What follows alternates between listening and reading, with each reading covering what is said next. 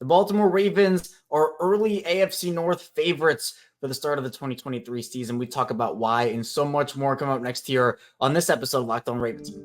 You are Locked On Ravens, your daily Baltimore Ravens podcast, part of the Locked On Podcast Network, your team every day.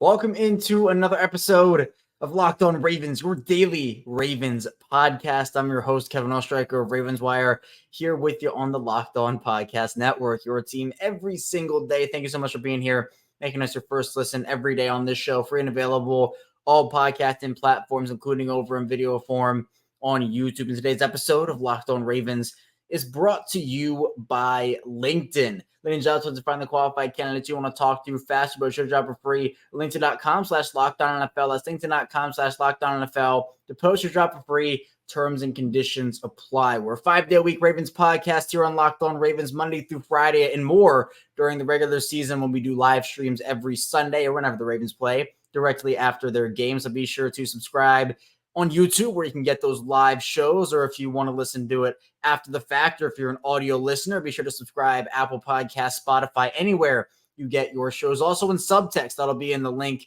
or the link will be in the description below in all caps, and that's exclusive text conversations, one-on-ones, and more other exclusive content over there on subtext. So tell a friend, tell a family member. We do Ravens news, analysis, updates, and obviously game recaps, which we're doing today on this Victory Monday when the Ravens went into Cleveland and absolutely demolished the Browns 28-3. It was a big win. The Ravens down a lot of starters. The Browns obviously no Deshaun Watson in this one. Dorian Thompson-Robinson fills in and did not go very well for the NFL debut, the starting NFL debut of Dorian Thompson-Robinson. But I want to talk about the AFC North a little bit today. We did a show like this a couple of weeks ago when the Ravens beat the Bengals in week 2.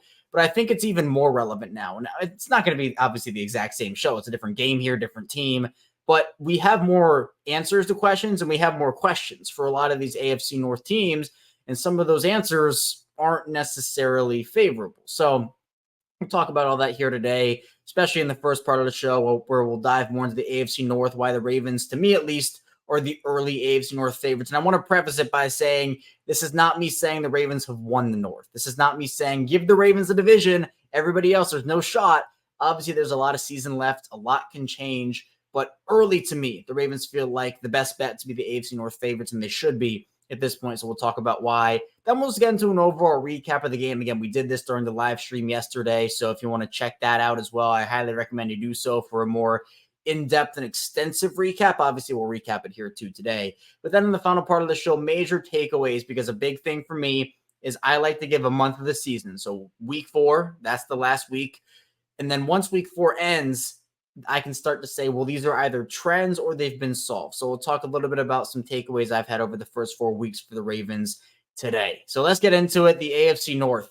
Ravens, Browns, Bengals, and Steelers. Right now, the division stands. Ravens on top at 3-1, sole possession of first place. Then you have the Browns and the Steelers in second place at 2-2. I think, obviously, Pittsburgh has a tiebreaker over Cleveland with that divisional win. And Cincinnati is in the cellar right now. They are 1-3. I didn't necessarily expect them to be there, but I guess they've started slow every single season. But the thing with the Ravens, and why I believe they're the early AFC North favorites, at least for now, is they have questions, but I think their questions are the most easily answered, such as, can the pass rush play consistently?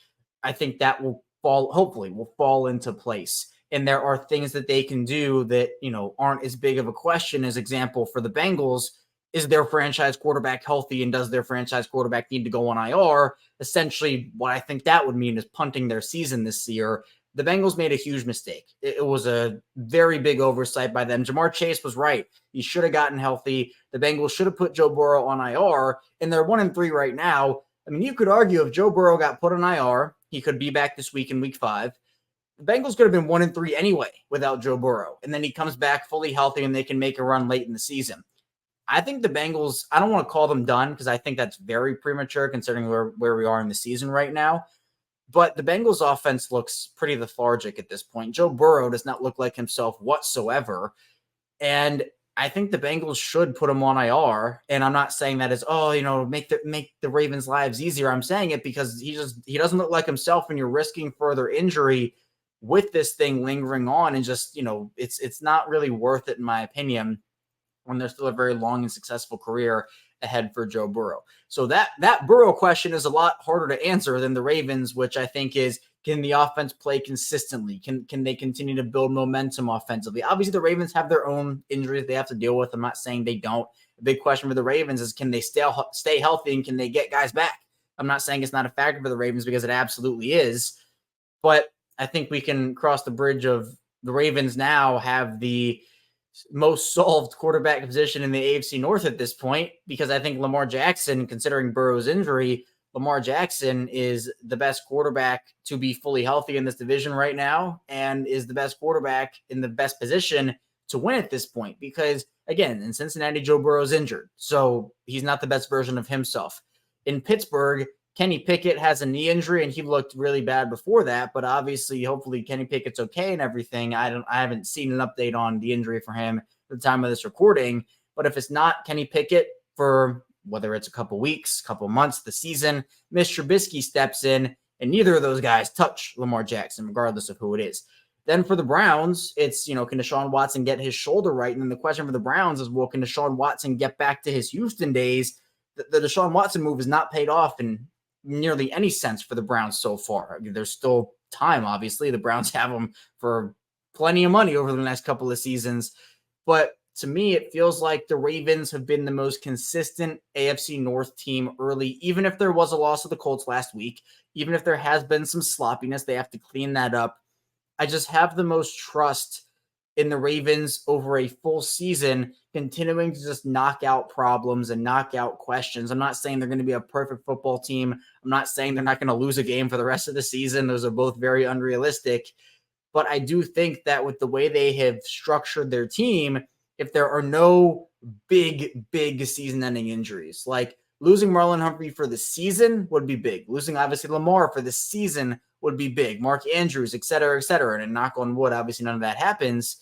But for the Ravens, they've lost J.K. Dobbins. The Browns have lost Nick Chubb. The Bengals, and Steelers, they also have had their fair share of injuries as well. But you can't use injuries as an excuse. I know the Ravens have gone through a very abnormal amount of injuries, and I think that's kind of teetering on, well, look, I mean, what are you going to do with 80 million guys out? But for the Ravens, we have seen the flashes from them. We haven't really seen flashes from Cincinnati. I think the Cleveland defense is really good. I think the Pittsburgh defense is also good. But can those two defenses carry those offenses? I don't think the Ravens defense will have to carry the Ravens offense all season. Obviously, at this point, the Ravens defense is playing pretty lights out football for the most part. The Ravens offense is still trying to figure things out with new pieces, guys going in and out of the lineup. Right now, the Ravens are 2-0 in the division. That's also huge. They wrap up their AFC North road slate in week 5, this upcoming week against the Pittsburgh Steelers. And then they're done with AFC North road games. If they can, the ideal scenario, like, it's pretty good, right? 2-1. That was what we were talking about before the season. Well, they're already 2-0. If they lose to Pittsburgh, it would be tough. Like, that wouldn't be wonderful. But you can say, all right, fine. They got out of there a pretty rough stretch of AFC North road games with a 2-1 record. You'll take that. But if they can exit that 3-0 with the way Pittsburgh has been playing, Pittsburgh just got ran out of Houston by the Texans, ran out of Houston by a rookie quarterback, rookie head coach. And that Texans team looks a lot better. I think the Ravens caught him in week 1 when, rookie head coach, rookie quarterback in their first games is head coach and quarterback respectively. Texans look decent. Titans, who the Ravens have to play in week 6, absolutely ran the Bengals and ran them ragged. So I don't really know. I mean, the Ravens had 28 points. The rest of the AFC North combined had 12 points in week 4. I look at the other 3 AFC North teams and I see a lot of questions. I'm sure they will answer some of those questions, but can they answer the big questions? I think the Ravens, to me, are the best positioned to answer those big questions. And for me, I think that's why they're the early AFC North favorites. Again, does that mean they're going to win the division? No, it doesn't mean that. Obviously, they have to go out there. They have to take it. They have to earn it. It's not going to be easy. But the way that the slate has fallen for them so far, I would have much rather had it go the way it did, where the Ravens lose to the Colts and beat the Browns, as opposed to lose to the Browns and beat the Colts. Obviously, the ideal situation would have been to beat the Colts and not, have these terrible sloppy mistakes to lose that game and be 4-0 right now. But they did that to themselves. They're 3-1, top of the AFC North. I think they're in a pretty good position to win it. But again, they have to go out there. They have to take it. They have to not suffer any setbacks in terms of some of these questions they've already answered. And they have to go out there and stay healthy, or at least for the most part, for a full slate of games here as the season continues. But coming up in the second part of the show, we'll talk a bit about the Ravens and Browns game, getting into the 28-3 win for the Ravens in week 4. So be sure to stay tuned. Plan to talk about on Locked On Ravens. But first, this episode is brought to you by LinkedIn. These days, having your potential hire can feel like a high-stakes wager for your small business. You want to be 100% certain that you have access to the best qualified candidates available. That's why you have to check out LinkedIn Jobs. LinkedIn Jobs help to find the right people for your team faster and for free. I've had a ton of success over on LinkedIn, whether it's finding jobs for myself, finding jobs for the people I know. LinkedIn Jobs has been awesome with that. And it's really easy to create a free job post over on LinkedIn Jobs. All you have to do is add your job in the purple hashtag hiring frame, your LinkedIn profile to spread the word that you're hiring. They have simple tools you can use like screening questions to make it easy to focus on candidates with right skills and experiences. So you can quickly prioritize who you'd like to interview and who you'd like to hire. And it's really important to both start and end the year strong, and the right team member could help you do that. That's why small businesses rate LinkedIn Jobs #1, delivering quality hires to leading competitors. LinkedIn Jobs help to find the qualified candidates you want to talk to fast, but your job for free. LinkedIn.com/LockedOnNFL, LinkedIn.com/LockedOnNFL to push your job for free. Terms and conditions apply. We're back here at second segment of Locked On Ravens, Victory Monday style. Kevin Oestreicher still talking with you here after the Ravens 28-3 win over the Browns. We'll get into that now. Let's get into an overall recap of the game in this second segment. It was a game that I think Lamar Jackson just looked super dialed in during the majority of it. Obviously, the offense started off a bit slow. It was a rough go of things early on. The Ravens offense didn't really have a ton of flow to it. The play calling I thought was super, weird for lack of a better term. Todd Monken was not opening up the field. There were a lot of these screens and weird run plays. It didn't feel right. Like the Ravens offense was not getting any rhythm to it. It was throwing everything off. The Ravens defense against Dorian Thompson-Robinson was doing his job. They were doing their thing and making it so the offense at least had time to figure it out.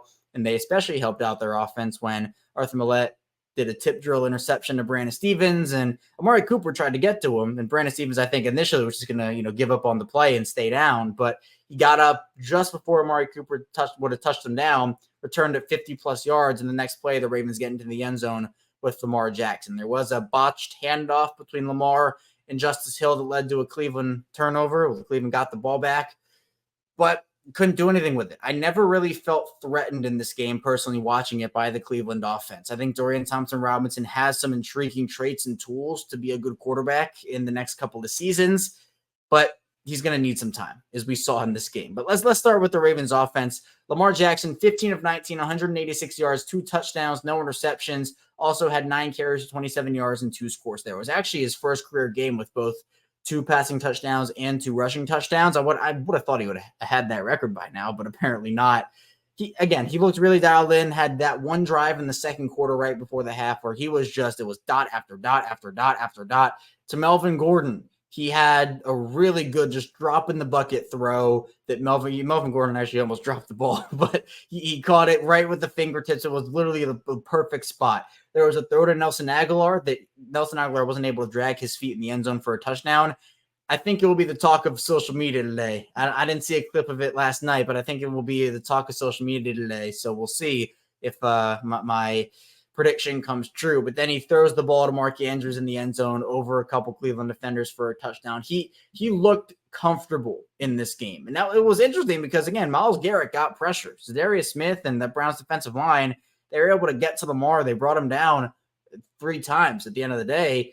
But I still think Lamar was dialed in and was making something out of nothing, had a huge completion as Zay Flowers on that drive that I was talking about as well. It was a very good Lamar Jackson game, but the stats will say, only 186 passing yards. We didn't really have to do too much in this because the Ravens, I think, found a little bit more of an identity offensively in this one, which was just pound the rock and then let the offense flow to within itself. Gus Edwards had 15 carries for 48 yards, 3.2 yards per carry, but that's a little misleading in my opinion because the Ravens were trying to run out the clock really starting in the fourth quarter pretty early on. And I think that's where some people are not happy with the way the Ravens offense was called in the second half. I think some people wanted the Ravens to be aggressive. This thing isn't, it's not out of reach yet for the Browns. You got to keep play calling. And there were a lot of 3-and-outs for the Ravens late in the game because, again, it was just, let's take as much time off as we can. If we get a first down, awesome. I think that's what the Ravens mentality was. If they get a first down, awesome. But if not, punt the ball back to a Cleveland offense that has barely done anything all day. So I was okay with it. And the Ravens actually scored being conservative late in the game. So, it worked for them at the end of the day. I don't think the Ravens really needed to go out there and unleash their whole playbook on this Cleveland defense when the Cleveland offense was just such a non-threat overall. I mentioned Gus Edwards and his rushing stats, Lamar Jackson and his as well. Justice Hill, 3 for 33. Melvin Gordon, 3 for 21. Tyler Huntley, 2 for 8. We did get some Pro Bowl Tyler Huntley time in this. And Zay Flowers, 1 for -6. The Zay Flowers reverses have not been great this year. I would rather see those touches, honestly, go to Devin Duvernay. But Zay's electric, so I understand. I understand the thought process there. Receiving-wise, Mark Andrews, 5 receptions, 80 yards, and 2 touchdowns. Mark Andrews, he loves Ohio. I called him the mayor of Ohio. I know there's no mayor of a state, but I wanted to call him the mayor because I can call him Mayor Mark. I should have just done mayor of Cleveland, but it's out there on Twitter now, so I can't change it. So that's why I called him the mayor of a state. It's not because I don't know you can't have a mayor of a state. But Mark Andrews, in 21 career games against the Browns and the Bengals, he has 98 catches, 1,199 yards, and 16 touchdowns. He is Mayor Mark, I'm going to call him. I don't care what anybody says. He's Mayor Mark out there. And Lamar Jackson himself actually owns Ohio as well, if you didn't know. He has a 14-3 combined record as a starter against the Bengals and the Browns in his NFL career. So good day for Lamar Jackson, especially when it comes to finding Mark Andrews. Other receiving stats, Zay Flowers, 3 for 56. Melvin Gordon, 1 for 23. Patrick Ricard, 1 for 14. Devin Duvernay, 2 for 8. Nelson Aguilar, 1 for 4. Gus Edwards, 2 for 1. For the Browns, Dorian Thompson-Robinson finished 19 of 36, 121 yards, 3 interceptions. The running game for the Browns also didn't really get a ton going, including a 20-yard loss on a play by Elijah Moore. Elijah Moore, literally, you can look it up on the box score, wherever you get your box score. Elijah Moore, 1 for -20 in the rushing category. Pierre Strong, he ended up, the Browns ended up averaging 3.7 yards per carry. It is a very weird number because of Elijah Moore's -20-yard carry and then Pierre Strong's 40-yard carry right at the end of the game. So I guess it kind of averages out at the end of the day, but the Ravens still did a really good job defending the run, I'd say, for the most part. And pass-wise, David Njoku, 6 for 46. The Browns couldn't really open up the field with Dorian Thompson-Robinson in there. Roquan Smith led this team with 10 tackles. Kyle Hamilton, 5. Patrick Queen, 5. Arthur Millette, 5. And Kyle Hamilton got his first career interception, so congrats to him. Jadeveon Clowney out there wreaking havoc again. Had two almost sacks, 1 almost tackle for loss. Marlon Humphrey on the Victory IG Live called him Mr. Almost, which was hilarious to a lot of people. Clowney's been disruptive all season. It's not going to translate to the box score. I think a lot of people say analytics have saved his career because of how successful he's been, getting pressure and getting to the quarterback, but it's not going to show up in the box score because he doesn't finish plays, and the Ravens haven't finished sacks as a team over the past couple of years. So it's like two things coming together. It's like a perfect fit. Hopefully Clowney can finish that up, though.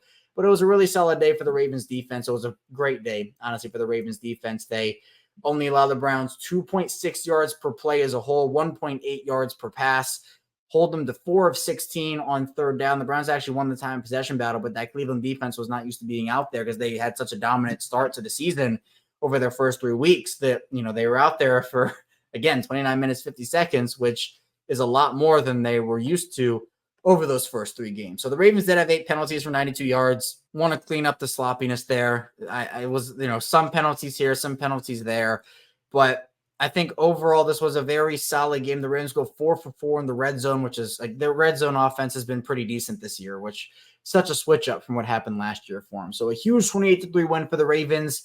Gets them, at least for now, the tiebreaker over Cleveland and moves them to 2-0 in the division and 3-1 overall. Coming up in the final part of the show, though, we will be talking a little bit about some major takeaways early for this Ravens team. So be sure to stay tuned, plenty to talk about on the show. But first, this episode is brought to you by FanDuel. And snap into action this NFL season with FanDuel, America's #1 sportsbook. Right now, new customers get $200 in bonus bets guaranteed when you place a $5 bet. That's $200 in bonus bets, win or lose. If you've been thinking about joining FanDuel, there's no better time to get in on the action. The app is super easy to use. There's also a wide range of betting options, including spreads, player props, over-unders and more. So if you bet Ravens on FanDuel, you're probably feeling pretty good about yourself right now. Maybe you bet the Lamar Jackson over on total touchdowns. You could have done that as well. And FanDuel would have you covered. So visit FanDuel.com/lockedon and kick off the NFL season. FanDuel, official partner of the NFL.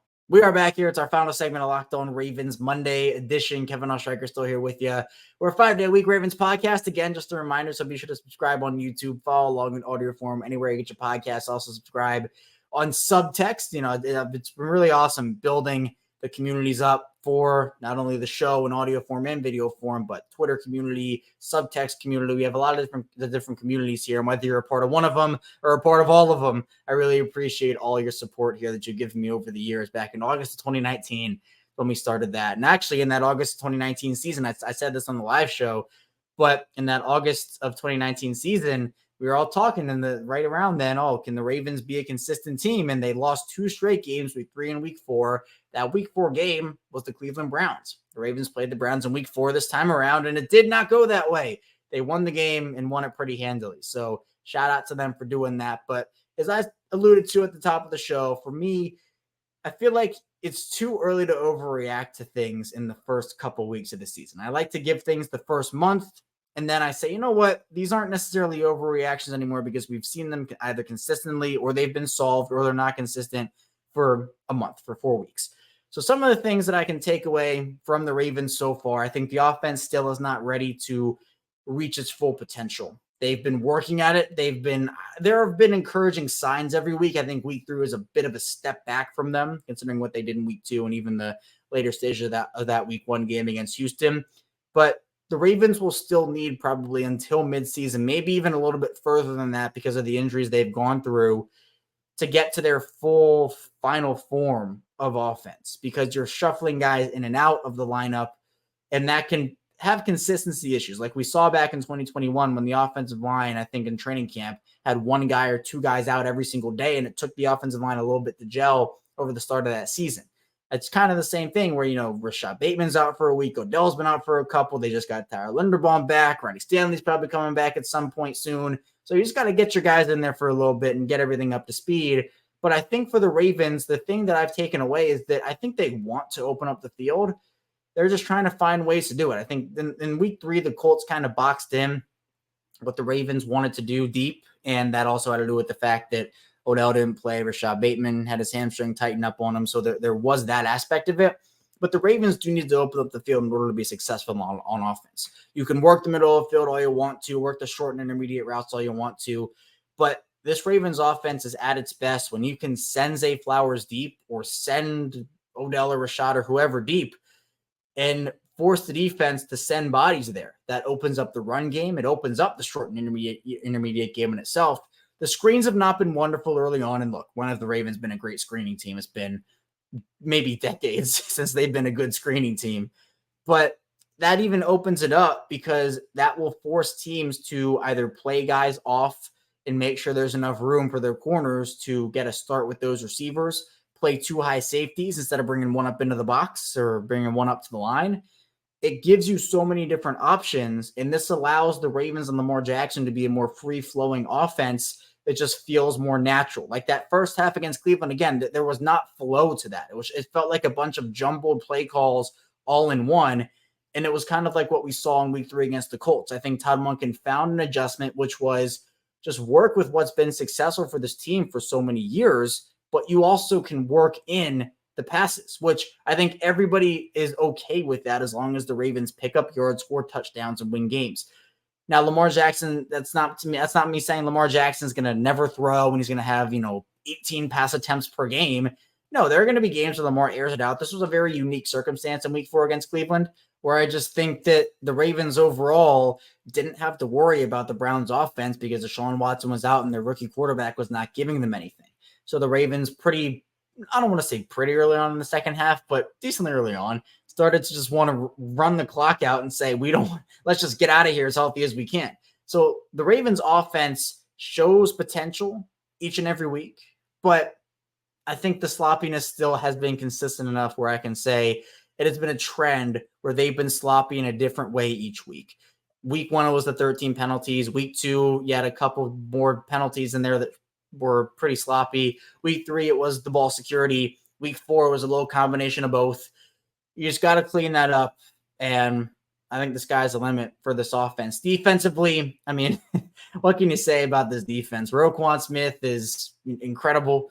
You have a duo in him and Patrick Queen. Patrick Queen's going to get paid, by the way. It's a major takeaway. It was a big mistake by the Ravens to decline his fifth-year option. I get the inconsistencies and them paying Roquan and everything.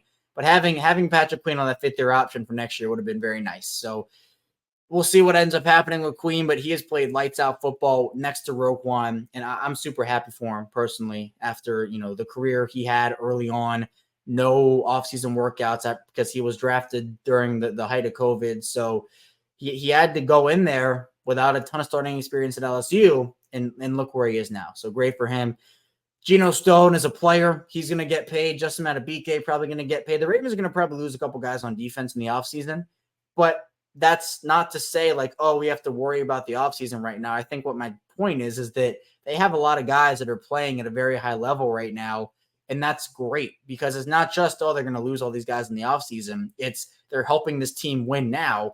And that's what you want. If they can help the Ravens win a Super Bowl this year and then they go get paid somewhere else, it's a win-win for the players, for the coaches, for the organization, for the fans, for everybody, right? You want to see those guys succeed. They've certainly been succeeding so far. Kyle Hamilton looks like an absolute stud in a new role this year. That's been a takeaway for me as well.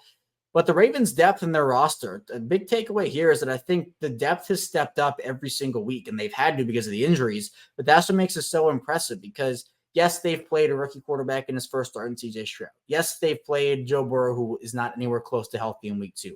Yes, they played Gardner Minshew, a backup quarterback in week 3. Yes, they played Dorian Thompson-Robinson, the backup rookie in week 4. I get they haven't gone against Josh Allen or Patrick Mahomes or Jalen Hurts or any of those guys, but you play who's in front of you. And I think for the most part, outside of that Colts game, the Ravens have done their job defensively, and the offense has at least shown me enough early on to say, yes, I think this offense can be really, really, really good mid-season or mid to late season when they finally get their guys back, hopefully, finally get consistency, hopefully, and are able to play some games fully together. That's my hope for them. So it's big for the Ravens to get that early on. I think they have seen a lot, some questions still to be answered, such as consistency with the pass rush and a couple other things. But I'd say the early returns are overall positive for this Ravens team. That's all I have here today on Locked On Ravens here on this Victory Monday edition. Thank you so much for tuning in, and be sure to subscribe here, follow along in audio form, follow along in subtext, and subscribe anywhere you get this show. It's been great doing this. 3-1 for the Ravens. We'll be back here tomorrow with more Ravens content, so be sure to stay tuned for that. I'll see you right back in tomorrow on Locked On Ravens.